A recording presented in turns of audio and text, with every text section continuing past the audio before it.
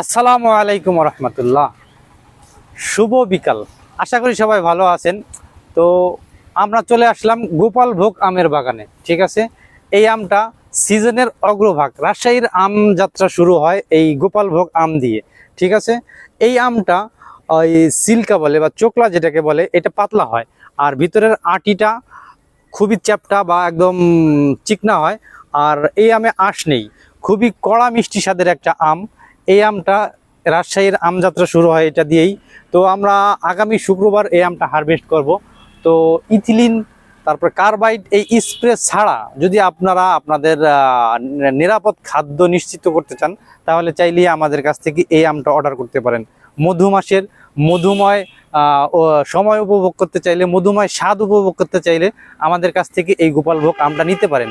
এই আমটা খাওয়ার সবচেয়ে পরিপূর্ণ সময় হলো একদম গাছে পরিপূর্ণ বাতি হতে হবে বা পরিপক্ক হতে হবে, ম্যাচিউরড হতে হবে। আর আমটা বাসায় রেখে পরিপূর্ণভাবে পাকিয়ে খেতে হবে। ঠিক আছে, তো এখনই আপনি যদি নিরাপদ খাদ্য নিশ্চিত করতে চান, তাহলে আমাদের সাথে যোগাযোগ করতে পারেন। প্রকৃতির সাথে থাকেন, সুন্দর খাবার খান। এই কামনায় আপনাদের সাথে আর বেশি কিছু বলতে চাই না। আসসালামু আলাইকুম।